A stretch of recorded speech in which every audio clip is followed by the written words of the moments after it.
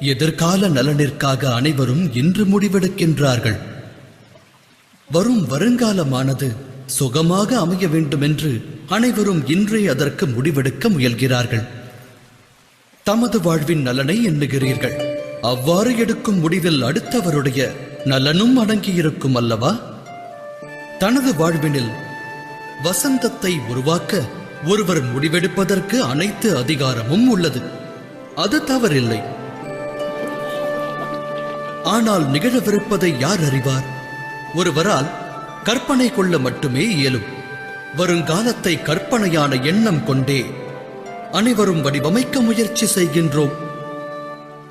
அவ்வாறு இருக்க நிர்ணயம் செய்ய வேறொரு மார்க்கமானது உலகில் உள்ளதா? ஆழமாக சிந்தியுங்கள். அனைத்து சுகங்களுக்கும் ஆதாரம் தர்மமே.